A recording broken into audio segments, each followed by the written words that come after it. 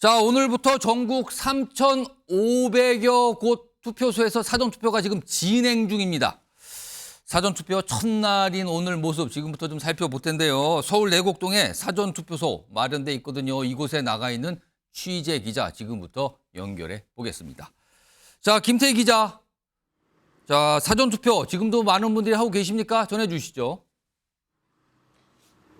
네, 저는 지금 서울 내곡동 한 사전투표소에 나와 있습니다. 오늘 오전 6시부터 시작한 투표는 오후 6시 마감을 앞두고 있는데요. 투표소는 이른 아침부터 생애 처음으로 투표권을 얻은 젊은 층부터 노년층까지 소중한 한 표를 행사하려는 유권자들의 발길이 이어졌습니다. 투표하러 온 근처 주민들과 군부대 장병들도 눈에 띄었는데요. 투표소를 찾은 시민에게 직접 물어봤습니다. 투표 당일날에는 다른 일정이 있어서 사전투표 투표하게 되었고요. 용지가 너무 길다 보니까 비밀투표라서 안 보이게 갖고 나와야 되는데 그게 좀 번거로웠다는 점이. 지역의 발전을 위해서도 열심히 하고 또 뭔가 좀 열심히 보이는 사람. 그게 저는 우선이라고 생각해서 그렇게 투표를 했습니다. 현재 오후 5시 기준 사전투표율은 약 14.1%입니다. 4년 전 21대 총선 같은 시간대 투표율 약 10.9%보다 약 3.2%포인트 높습니다. 사전투표는 별도 신고 없이 유권자라면 자신의 주소지가 아니어도 어디서든 투표할 수 있는데요. 가까운 사전투표 위치는 선관위 홈페이지나 포털 사이트에서 확인하실 수 있습니다. 자, 김태희 기자. 많은 분들이 하셨다 그러는데요. 아직 안 하시고 사전투표를 할 생각이 갖고 계신 분들을 위해서 사전투표할 때 주의할 점이 있다고 그러는데 좀 소개해 주시죠. 네, 일단 꼭 신분증을 지참해야 합니다. 이후 지역구 투표용지와 비례대표 투표용지 2장을 받게 되는데요. 본인의 거주지가 아닌 경우 회송용 봉투를 추가로 받고 이 경우 투표용지를 봉투에 넣고 꽉 봉함한 뒤 투표함에 넣어야 합니다. 또 인증사진을 찍을 경우 꼭 투표장 밖에서 촬영해야 합니다. 이번 총선에서는 부정선거 의혹을 해소하기 위해 시도 선관위 청사에 설치된 대형 폐쇄회로 TV 모니터를 통해 24시간 사전투표함 보관 상황을 확인하실 수 있습니다. 지금까지 내곡동 사전투표소에서 MBN 뉴스 김태희입니다. 자, 그럼 지금부터요. 총선 관련된 내용들 다양하고 깊게 좀 들어가 볼 예정인데요. 오늘은 특별히 두 분을 모셨는데 오는 10일 총선 날이죠. 그날 저녁에 MBN 개표 방송 지금 준비되어 있는데 그 개표 방송에 나와서 자세한 내용을 전해주실 두 분을 오늘 미리 좀 모셨거든요. 자, 우선 김성태 국민의힘 서울권역 공동선대위원장 오늘 나오셨고요. 그리고 맞은편에는요. 최재성 전 청와대 정무수석 자리하고 계십니다. 자, 두 분 안녕하십니까? 예, 안녕하세요. 두 분 최근 오늘도 유세 지원 활동 계속하고 계시죠, 지금요? 예, 그렇습니다. 아, 굉장히 바쁘신 일정인데도 오늘 나와 주셨습니다. 제가 그럼요. 중요하면서도 시청자 여러분이 정말 궁금할 만한 내용들 두 분께 좀 질문 좀 드려볼 건데 우선 사전 투표율 얘기부터 좀 해보겠는데요. 화면 좀 보겠습니다. 자, 보시면요. 지금 5시 기준까지 찍게 됐어요. 이게 6시까지니까 아마 지금 더 높아지겠죠? 일단 가운데 굵은 선으로 된 게 아침부터 쭉 숫자가 올라가잖아요. 굉장히 좀 뭐가 경사가 있는데 5시 기준으로 14.1%가 나왔습니다. 14.1%. 그 밑에 보면은요. 21대 총선 이렇게 나와 있는데 밑에 낮죠. 지금 5시 기준으로 보면은 3.2%포인트 정도 지난 4년 전 총선보다 지난 그때보다 좀 높다 그러네요, 지금요. 그리고 근데 대선 때보다는 살짝 낮지만 대선하고는 직접적인 비교가 어렵고요. 지난 총선하고 직접 비교하면 지금 14.1%로 3%포인트 이상 4년 전보다 지금 높게 나오고 있는 상황이다. 오, 굉장히 좀 높게 보이는데요. 우선 그러면은 지역별로도 좀 집계가 된 게 있는데 좀 화면 좀 보겠습니다. 가장 높은 지역과 낮은 지역이 있는데 전남이 지금 첫 번째 5시 기준 가장 높은 곳은요. 1, 2가 호남 지역이네요. 전남이 21.79%, 전북이 19.48%. 반면에요. 가장 낮은 곳은 지금 대구입니다. 11.05. 평균에 못 미치고요. 경기도도 상대적으로 좀 낮은 쪽에 자리하고 있네요. 12.58%입니다. 요거 김성태 위원장. 일단 전체적으로는 높은데 대구가 낮거든요. 이거 어떻게 봐야 그렇습니다. 되는 겁니까, 이거? 지금 오늘 5시에 이제 사전 투표율 전국 평균이 지금 14.1%잖아요. 예. 이제 지난 21대 총선보다는 지금 같은 시간대에 3.2% 지금 높아졌어요. 예. 저도 오늘 많은 투표장을 특히 이제 많은 그 거리를 다니면서 이렇게 예. 봤어요. 상당히 긴 줄이 또 늘어서 있고 오.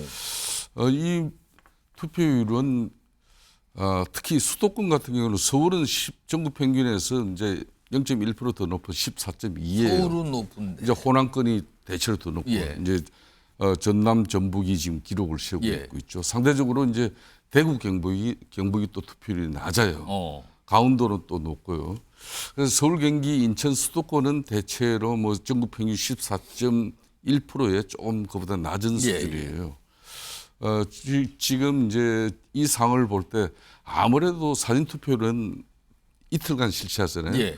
첫날 특히 오늘은 금요일이기 때문에 경제 활동을 하지 않는 특히 이제 노약자라든지 그런 가정에 예. 주로 지역에 많은 뭐 활동을 하고 계시는 그런 분들 그렇기 때문에 오늘은 대체적으로 뭐 저희 보수 진영에서 볼 때는 상당히 뭐 이번에 저희들 입장에서는 예. 과거까지만 하더라도 과거 총선까지만 하더라도 사진 투표에 대해서 좀 상당히 의문이 많았어요. 그런데 뭐 이번에 한동훈 예. 위원장부터 해서 우리 당 차원에서도 예.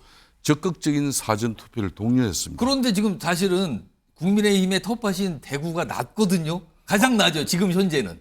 대구 경북 입장에서는 예. 이제 또 본선거에서 내일도 있고요. 어. 그래서 뭐 좀 낮을 수 있는 건데 예. 수도권을 저는 중점적으로 봤습니다. 수도권 유권자들의 대체적인 많은 비율이 예. 좀 지역의 어르신들이라든지 뭐 가정주부 이런 예. 층이 많았다는 것이죠. 이번에는 최재성 전 수석께요. 지금 14.1%면 4년 전 총선보다는 꽤 높은 거. 아마 이런 추세라면 내일도 아마 비슷하게 간다면 굉장히 많이 높은 투표율이다 이렇게 기록이 될 것 같거든요. 자, 이거는 여야 중에 누구한테 유리하다고 이거 판단해야 되는 겁니까? 당연히 사전 투표는 예. 야당이 유리하죠. 민주당이. 야당이 유리하다 이거. 이거는 우선 지역별로 이제 그 전남, 전북 예. 아마 그 다음에 광주쯤 될 거예요. 그리고 대구가 이제 예. 매우 낮고 그다음에 경북, 수도권 이렇게 되고요. 그 낮다는 얘기는 또 본투표를 또 많이 한다는 얘기니까요. 그러니까 한마디로 이제 사전 투표율이 높으면 민주당이 아무래도 예. 사전 투표하면은 민주당 표가 많이 들어가 있다라고 보는 거죠. 일단 유리하다고 판단하시는데 김성태 위원장께서 지금 이건 민주당이 유리하다고 하셨어요. 지금 그러면 국민의힘은 불리하다고 판단하십니까? 아닙니다. 지금? 제가 좀 재밌는 이야기를 해드릴게요. 뭐 최 수석께서는 이제 4년 전에 총선 이야기 경험을 가지고 예. 얘기할 수 있는데 저는 이제 작년 불과 6개월 전에 강서구청장 보궐선거 때 예. 그때 사전 투표가 공교롭게도 금요일, 토요일 이틀 했어요. 예. 근데 금요일 날은 뭐 가정주부들과 또 지역의 어르신들이 많이 사전 투표에 참여했어요. 근데 토요일 날은 또 이제 직장 생활을 하시는 경제활동 인구 분들이 예. 토요일 날 주말에 이제 또 투표가 왕창 이루어졌어요. 결론은 뭐 최재성 수석 말처럼 이제 지금까지 사실상 보수 진영에서는 이 사전 투표에서는 이겨본 적은 없습니다. 그렇기 때문에 이제 그렇지만은 이번 같은 경우는 이 투표 사전 투표에 대한 많은 국민적 의혹과 불신도 있었습니다만은 예. 이번에는 수개표도 하고 또 사전 투표 용지를 보관한 한도 24시간 CCTV를 하고 이래서 저희들도 한동훈 위원장과 당 지도부 입장에서도 뭐 적극적인 투표 동료를 했기 때문에 이번에는 보수 진영에서도 많이 참여하고 있습니다. 지금 이 MBN 스튜디오가 있는 인근에도 사전투표장이 있는데 제가 점심시간에 사전투표를 좀 해볼까 하고 갔는데요. 줄이 너무 길었죠? 너무 줄이 길어서 물어보니까 1시간 정도 기다려야 된다 그래서 제가 포기하고 왔습니다. 일단. 그래서 다음에 하든가 이렇게 좀 생각하는데 그만큼 이 주변에서 보면은 굉장히 많은 분들이 오늘 사전투표를 한 걸로 보여요. 자, 일단 사전투표 조금 더 기다려봐야 된다. 오늘 마감이 6시니까 그것도 통계가 나오고요. 내일도 하루가 더 남았습니다. 자, 이런 가운데 총선 지금 막판으로 접어들고 있는 상황에서 가장 큰 변수가 바로 이 두 후보 문제 아니냐. 정치권의 많은 분들이 이 얘기 하시거든요. 오늘 이와 관련해서 여야 어떤 생각들, 입장들도 밝힌 게 많은데 그 내용부터 목소리부터 좀 들어보겠습니다. 민주당 지지층의 성향을 보면 예. 이분들이 양문석, 김준혁 후보에 대한 도덕적인 그리고 법률적인 결함에 대해서 민감하지 않다, 움직이지 않는다. 저희 당 성향분들이 상당히 정치 이슈에 대해서 민감하고 어떤 불리한 이슈가 나오면 투표를 주저하기도 하는데 당에서도 필요하면 그분들한테 그런 사과하거나 이런 조치를 취하겠습니다. 사전 투표가 시작됐으니까 공천 취소나 뭐 자진 사퇴 유도 이런 건 없다는 말씀이신 거죠? 예, 지금은 뭐 그건 현실적으로 불가능한 것 같습니다. 최재선 정 수석님, 좀 민주당에서는 이게 뭐 영향이 뭐 특히 수도권 좀 제한적이다 이런 평가를 내놨는데 정말로 김준혁, 양문석 두 후보 리스크 지금 뭐 여당에서는 굉장히 압박하고 있거든요. 이게 총선 결과에는 큰 영향이 없다 그렇게 판단하십니까?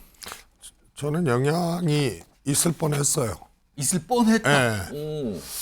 그런데 이번 선거를 관통하는 예. 큰 흐름 중에 하나가 소위 정권 심판론 아닙니까? 예. 반면에 여당은 야당 심판론. 예.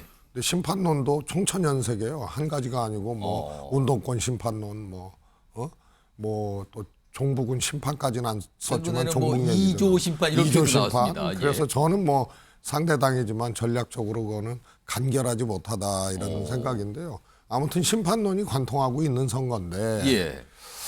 특이한 것이 정당 지지율보다 예. 심판론이 가령 민주당 지지율보다 심판론이 훨씬 높거든요. 오. 그러니까 민주당에 대해서 지지하지 않는 사람도 심판론에 대해서는 동의하는 게 굉장히 크다는 예. 얘기죠.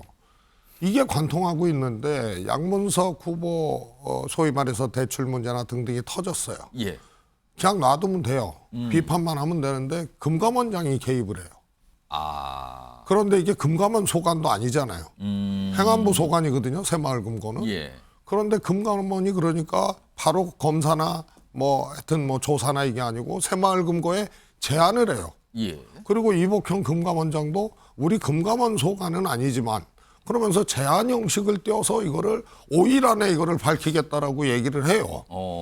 그래서 이게 이 정부가 뭐 야당에선 검찰 독재 정권이라고 하고 예.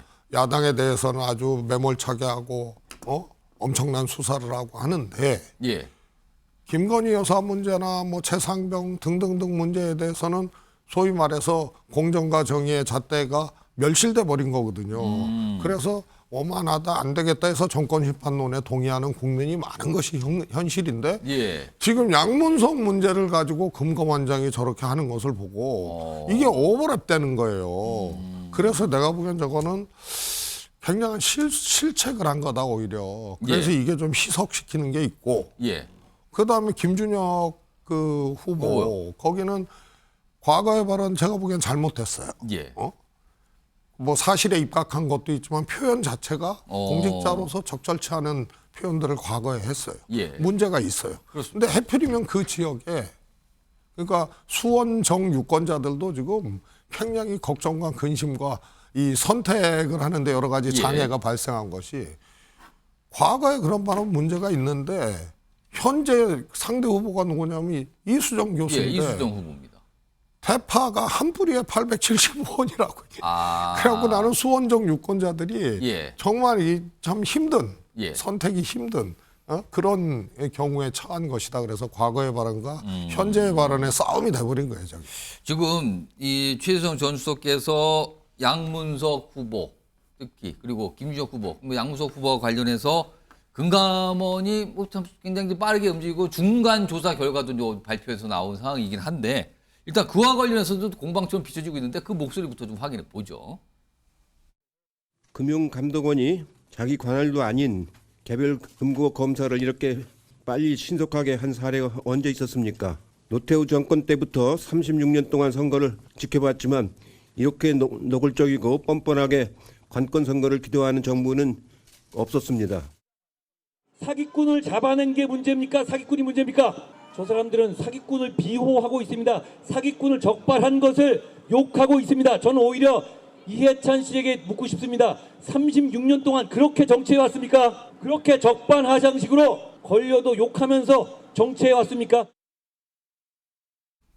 자, 김성태 위원장님, 지금 최재성 전 수석은 이게 큰 이슈가 될 뻔했는데 뭔가 먼저 나서면서 이게 잦아들었다 이런 분석을 해주셨는데 이거 어떻게 들으셨습니까? 그러니까 민주당이 지금 현재 특히 이재명 예. 대표 체제의 1인 4당화 이번 특히 공천을 나름 뭐 성공적으로 이재명 대표 입장에서는 마무리하고 나니까 예. 이렇게 지나친 저 자신감은 오만하고 또 거만해 보일 수밖에 없는 거예요. 과연 이런 오만하고 거만한 지나친 자신감을 이제 심판하실 분들이 뭐 민주당 입장에서는 뭐 보수 진영의 국민의힘 사람들은 절대 저걸 심판 걱정 안 해요. 근데 이제 빠뜨리고 있는 게 예. 중도 무당청이 결론은 이 부분에 대해서 어떻게 이제 판단할 것이냐 이 부분에 대해서는 너무 무시하고 가는 것 같은데. 그러니까 중도층이, 그러니까 대부분의 선거에서 중도층이 판가름을 해주거든요. 그 부분은 진짜 김성태 위원장님하고 제가 최재성 선수에게 중도층은 과연 어떤 반응을 보일까? 그러니까 이걸 한번 물어보죠. 양문석 그 안산의 후보 같은 경우도 예. 자신의 경제적 이익을 추구하기 위해서 자식의 명의까지 빌려가지고 사기 편법 대출을 한 게 이게 이제 드러나 버렸어요. 그래서 금감원이 이제 특히 선거지만은 이렇게 국민적 큰 관심을 가지고 있는 부분이니까 그런 금융기관으로서 이 부분에 대해서 새마을금고가 예. 적법한 이 대출이 이루어지고 목적에 예. 사용되게끔 했는지 이런 걸 지켜보고 거기에 대한 결과를 내라. 그래서 새마을금고가 고발 조치가 예. 된 거 아닙니까? 그래서 이제 수사가 이루어지는 내용을 가지고 이것도 뭐 이해찬 전 대표 지금 민주당 선대위원장께서 36년 정치하면서 선거 예. 지금 출마한 후보를 이렇게 정치 탄압하고 야당 탄압이라는 이야기는 아직까지 안 나오는 거 보면 다행이에요. 저는 알겠습니다. 그런 측면에서 맞지 않고 예. 그러면 그래서 중도층이 반응을 보일 거다. 반응을 보일 거다. 이렇게 당연히 판단하시는 거예요? 이걸로 인해서 지금 현재 민주당 입장에서는 아마 최하 10석에서 15석 정도는 특히 수도권 이런 치열한 박빙 예. 지역에서 아마 이 영향을 분명히 가져갈 겁니다. 그렇지만은 지금 뭐 이재명 대표는 뭐 200석 예, 운영을 하니까 이 정도 뭐 10개, 15석 날아가는 거는 아무 문제도 아니다 이렇게 생각하는데 그거는 국민들 특히 중도 무당층의 판단을 한번 지켜보시죠. 최재성 전 수석. 그러니까 중도층의 어떤 반응이 있으면서 10에서 15석 정도가 지금 움직여버린 거 아니냐 이런 분석이신데. 그렇게 볼 수도 있고요. 중도층뿐만이 아니고 그냥 국민들이 저 사안 자체로 놓고 보면 양문석 후보나 그다음에 김준혁 후보에 대해서 저거 문제 없다고 할 국민들이 누가 있겠어요. 예. 그래서 분명히 저거는 영향이 있는 사안이에요. 영향이 있는데. 그런데 지금 총선을 거치면서 예. 국민들은 여러 가지 장면들이 떠오르거나 여러 가지 장면들을 목격하고 있거든요. 그런데 정권 심판론이 있는데 금감원장이 저거 개입해서 해놓으니까 저 사람들 원래 이래가지고 우리가 이 정권 문제 있다고 했는데 금감원장이 소관도 아닌데 저렇게 개입을 해? 이게 이 사안을 어떻게 보면은 희석시킨다 그래야 되나요? 아무튼 그런 거예요. 그래서 시비의 문제를 떠나서 금감원장이 이걸 개입해서 그것도 속도 있고 발빠르게 예. 이렇게 하는 거. 그 다음에 또 하나는 아까 이수정 교수 대파 한뿌리 얘기를 했지만 이것도 겹치는 거예요. 그래서 이걸 통해서 국민들이 어떤 판단을 할지의 문제가 이 사안 자체의 크기나 영향에 비해서는 조금 뭐라 그럴까 여러 가지 장면들이 충돌을 하고 있는 거고요. 그다음에 뭐 다른 얘기입니다만 예를 들어서 의대 증원 문제나 이런 것들도 그게 옳지 않다가 아니고 예. 해야 되는데 이 정부의 추진 방식이나 능력이나 그다음에 몰아붙이고 뭐 이러면서 여기까지 온 과정 예. 이런 것에 대해서 역시 동의하지 못하는 국민들이 늘어나는 거거든요. 이런 여러 가지 장면들이 충돌하고 있는 선거에서 이거 하나로만 보기는 이제 어려운 상황이 근데- 그 계기가 금감원장의 그런데 개입이에요. 최수께서도 얼마 예. 전에 이종섭 호주 대사를 갖다가 도피 도주 대사다 그래가지고 극극 귀국해서 수사를 받도록 해야 된다 그랬잖아요. 그러니까 본인이 극극 귀국하고 대사직도 사퇴하고 그리고 공수처에 신속한 빠른 수사 해달라 정확하게. 그런데 공수처 입장에서는 총선 때까지는 수사할 계획 없다. 그게 맞는 거예요. 이렇게 범죄 사실이 발생되면은 신속하게 관련 수사 기관에서 또 감독 기관에서 이렇게 신속하게 조사를 하고 수사를 감독기관 해서 아니에요. 그렇게 금감원이. 밝혀내는 게 중요하지. 이 지금 민주당 입장에서는 양문석의 이런 편법 사기 대출을 갖다가 그걸 감싸는데 또 뭐 김건희 여사 소환하고 뭐 누구 소환해가지고 이걸 덮는다. 이게 그러니까 지금 민주당 입장에서는 이번 총선에서 뭐 좋은 기세를 잡은 건 사실이에요. 그렇다고 해서 이렇게 너무 거만한 모습은 아까도 이야기했지만 중도 무당청은 결코 이걸 올바르게 보지는 않을 거예요. 그리고 제가 최재성 선수 이제 잠깐 반박까지 한 30초 드릴게요. 뭐 반박하실 말씀 하세요. 뭐 이종섭 대사 문제까지 예. 얘기할 건 없고요. 그거는 빨리 와서 수사받아라가 아니고 핵심 피의자를 대사로 임명했느냐. 이거 말도 안 된다 이런 얘기고요. 그다음에 한동훈 비대위원장이나 다 검사 출신 아니에요. 한동훈 비대위원장 법무부 장관 때 얘기를 했어요. 송영길 돈봉투 사건으로 파리에서 귀국해가지고 검찰 가갖고 나 수사하라고 하니까 예, 예. 검찰이 못하겠다 그랬잖아요. 그때 아무리 급하셔도 수사 일정이라는 게 있다. 기다려달라. 이게 예. 법무부 장관 한동훈의 얘기예요. 수사는 수사 일정이 있는 거예요. 특히 핵심 피의자는 주변 그 밑에 피의자 이런 거 다 조사를 하고 마지막에 꼭지를 따는 거기 때문에 뭐 대장동 사건 이재명 다 1년 지나고 6개월 지난 다음에 하는 거고요. 그건 번외의 문제고 이 문제의 핵심은 금감원이 감독기관이 아니에요. 그러면 행자부는 뭐예요? 행자부가 새마을금고를 감독하는 거고요.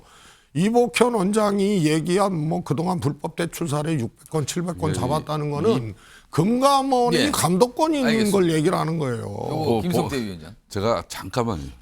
그게 본질을 자꾸 이게 그냥 양문석 후보가 자식을 앞세워가지고 편법 사기 대출이 이루어졌다는 이 팩트고 여기에 따라서 관련 기관에서 이게 아무리 선거 기간이지만 명명백백하게 밝혀내려고 하는 그 의지 자체를 갖다가 이걸 갖다가 왜 그렇게 나서냐? 특히 선거하는데 이렇게 나가시는 거는 맞지 않죠. 그리고 뭐 이제 김준호 후보 같은 경우도 김준호 후보 같은 경우도 이하여대 학생들이 옛날에 뭐 위안부 그런 발언을 아무리 역사자지만 자기 견해로 했지만은 그리고 연상군 뭐 고종 성인까지 뭐 다 이런 사람을 우리 당 입장에서는요. 그게 도태우 후보라든지 장해찬 후보 이런 사람들 비교하면은 100분의 1도 안 되는. 그래도 우리는 공직자 후보이기 때문에 국민들 눈높이에 맞추려고 그분들 공천까지 한 사람들도 후보 자격 박탈했어요. 알겠습니다. 정우택 우리 후보 같은 경우 얼마나 억울하겠어요. 아니 문제 있는데 그걸 왜 금강원장이 500만 원 저렇게 해서 돈봉투 그거 아직까지 수사 결과도 없지만은 그 알겠습니다. 내용 하나 가지고도 자, 우리가 이 사안 가지고 두 분이 확실히 다른 곳을 바라보고 계세요, 지금요. 요거 시청자 여러분께서 한번 판단해 보시기 바라고요. 지금 요 화면 좀 하나 보겠습니다. 이번에는 요거는 여당 가지고 관련된 이슈인데요. 지금 보면 여당에서는 최근에 반성한다 얘기 참 많이 하죠.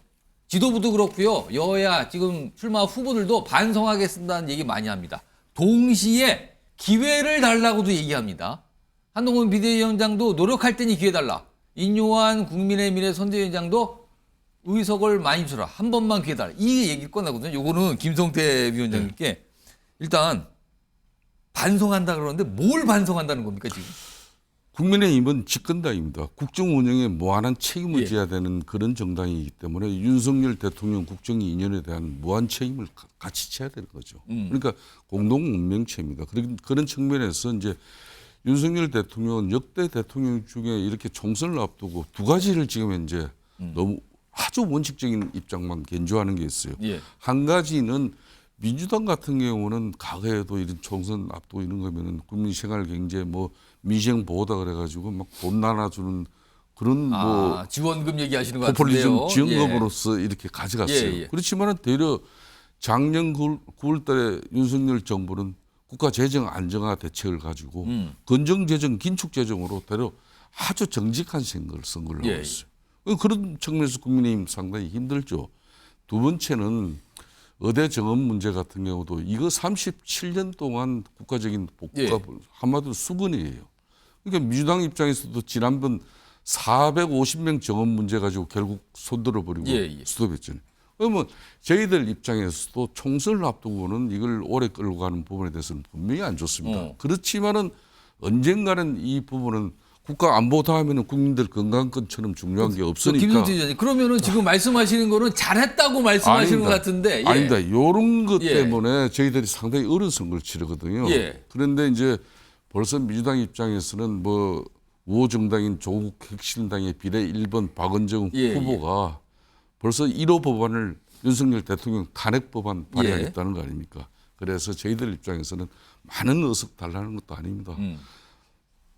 대통령 3년 1개월 남은 이 임기가 대한민국이 불행해지지 않게끔 예.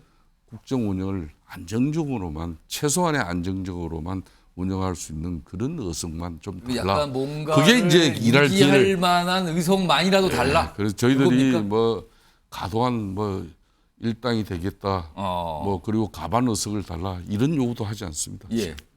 저희들 한없이 막 겸손하게 또 국정 운영에 또 국민들의 마음을 제대로 섬기지 못한 부분에 대해서는 많이 근데 제가 반성하고 자성하고 있습니다. 반성의 내용을 구체적으로 질문을 드렸는데 구체적으로 말씀하신 것 같지는 않아요 지금요. 요것은 최재성 전 수석께서는 어떻게 보셨습니까? 대통령과 국민의힘이 예. 잘못한 게 없다는데 뭘 반성을 해요? 잘못한 게 없잖아요. 그리고 뭐 이건 뭐 디테일한 문제지만 윤석열 정권 집권 초기에 슈퍼 추경했어요. 역대 최고에 50조 넘게 했어요. 그거 왜 그랬죠? 국민들 현금으로 지원한다고 그렇게 한 거예요. 지방선거 앞두고. 그다음에 건전재정 얘기하는데 완전히 거짓말이에요. 법인세 깎아줬잖아요. 부자 감세 시켜가지고요. 세수를 작년만 해도 54조 펑크 냈어요. 그래서 건전재정이라는 것은 수입에 지장을 초래하지 아니하고 그다음에 지출을 과도하게 하지 않아서 재정균형을 맞추는 건데 여기는 긴축재정이 아니고 적자재정을 자초한 거예요. 그러니까 이 피해가 고스란히 서민, 자영업자, 이 국민들한테 가는 것이죠. 그래서 지금 윤석열 정부는 경제정책도 엉망이라고 하는 것이 그런 거예요. 그러면은 김 의원님 말씀 맞다나 잘못한 게 없는데 뭘 기회를 주고 반성을 해요. 그런 게 바로 국민들이 지적하는 거예요. 국민들 눈에는 뭐 민생이나 경제 이런 것도 있고 뭐 대파 875원 이런 것도 있고 전반적으로 오만하고 군림하고 자신들의 문제에 대해서는 공정한 잣대를 안 된다고 보고 있고 민주주의 퇴행한다고 보고 있는 거예요. 그래서 정권 심판론이 민주당 지지율보다 훨씬 더 높은 거예요. 그런데 잘못한 게 없는데 뭘 반성을 해요? 알겠습니다. 아니죠. 예, 김성태 위원장. 지금 이제 저희들이 이번 선거를 치르면서 가장 이제 크게 국민들에게 죄송스럽고 안타깝게 생각하는 부분이 민생 문제예요. 쉽게 말하면 먹고 사는 문제가 팍팍하고 어려워졌습니다. 예. 특히 고물가 시대에 이 장바구니 물가만 하더라도 벌써 정말 어렵죠. 그러니까 이 경제라는 게 나빠지면 금방 나빠지는 게 아닌 거거든요. 이게 또 뭐 제가 문재인 정부까지 그 뭐 탓을 하려고 저희들이 하는 건 아닙니다만 문재인 정부의 소득주도 성장 정책이라든지 부동산 3법 이런 것들이 결국 누적돼 가지고 그게 4, 5년 만에 이렇게 경제 실정으로 또 문제가 생기는 거죠. 그 문재인 정부의 400조, 500조의 그런 엄청난 국가 채무를 발생시키면서까지 무책임한 국가 재정 운영했지 않습니까? 이걸 우리가 탓하는 게 아니에요. 다만 아까도 말씀드렸듯이 건전 재정 유지하려고 노력하고 또 의대 정원 문제, 국가적으로 결국 풀어야 될 문제, 이 인기 없는 정책을 끝까지 밀고 가려고 하다 보니까 국민들하고 소통 이게 좀 부족해 보이고 때로는 너무 일방통행식으로 국정 운영하고 또 우리 당정 관계가 너무 수직적으로 비춰진 부분 이런 것들이 국민들의 마음을 아프게 한 게 있습니다.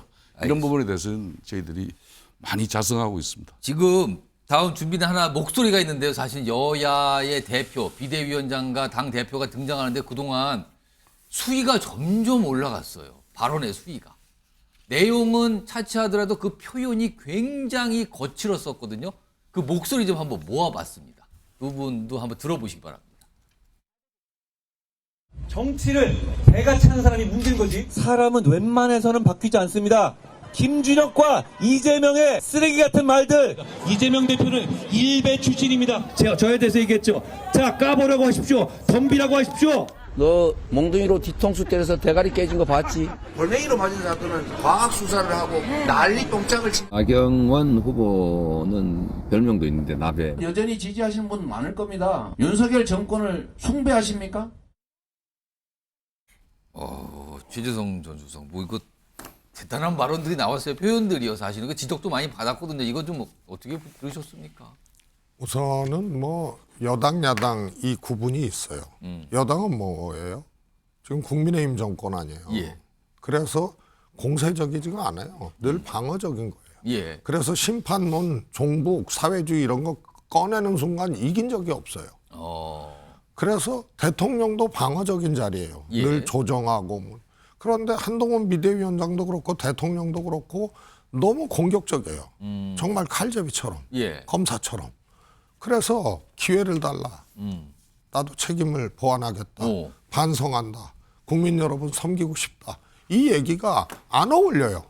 예를 들어서 똑같이 뭐 이재명 대표의 발언 수위나 예. 표현의 방식이나 한동훈 위원장의 표현의 방식이나 이런 게 뭐 거기서 거기다 하더라도 입장이 다르다. 기회를 달라고 섬기고 싶다고 하는 여당은 책임 예. 여당이거든요.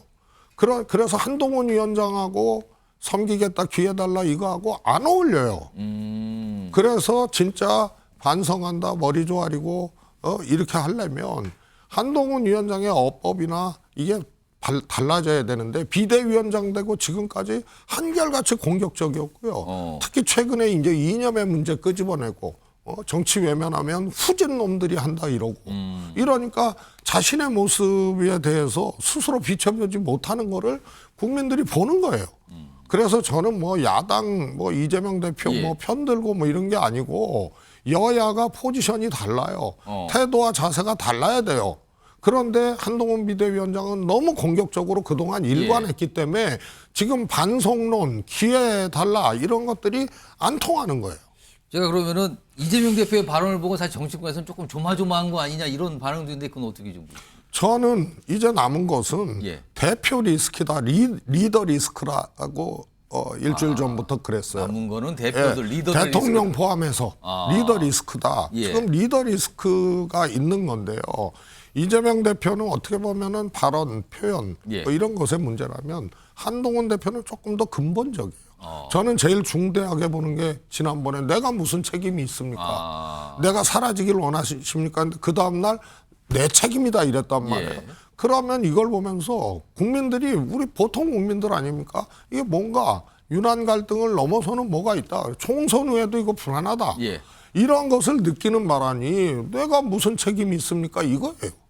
그래서 조금 더 근원적으로 한동훈 비대위원장은 예. 제가 만약에 한동훈 비대위원장 쪽에 예. 국민의힘 쪽에 전략적인 어떤 뭐라 그럴까 조언 내지는 기획을 할 수 예. 있는 사람이라면 처음부터 저는 윤 대통령도 그렇고 한 대표도 그렇고 비대위원장도 그렇고 이게 그들의 포지션이 좀 방어적이고 조정적이고 안정적이고 이렇게 가야 되는데 너무 검사처럼 공격적으로 가서 나중에 한계에 도달할 것이다 그랬는데 지금 그 장면이 온 거예요.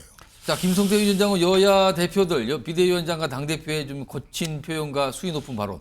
이게 역대 총선 대한민국 헌정 역사상 이렇게 뭐 정말 난장판처럼 지난 4년 예. 국회가 그랬잖아요. 그죠?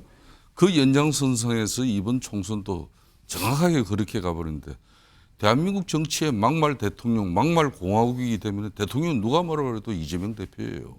막말 공화국이에요. 그다음에 총리는 정청래 지금 수석 최고위원이에요.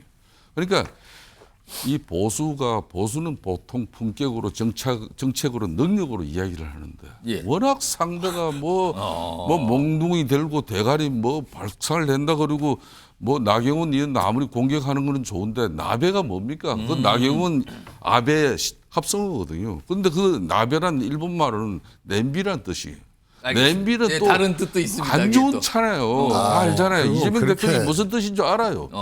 이런 걸로 가지고 정말 정치판을 천박하게 만들어버린 장본인이 바로 이재명 대표와 그 주변의 측근 인사들이에요. 그렇기 때문에 지금 한동훈 비대위원장 입장에서는 정말 보수의 품격과 또 정책적인 역량 능력으로 이렇게 비전으로 가지고 국민들에게 심판받고 싶어 하는데 상대가 그렇게 점잖은 예. 말로 돼가지고는 이 선거가 되지 않는 거예요. 알겠습니다. 그런 측면에서 한동훈 비대위원장의 저런 목소리는 어떻게 보면은 최소한의 절규죠.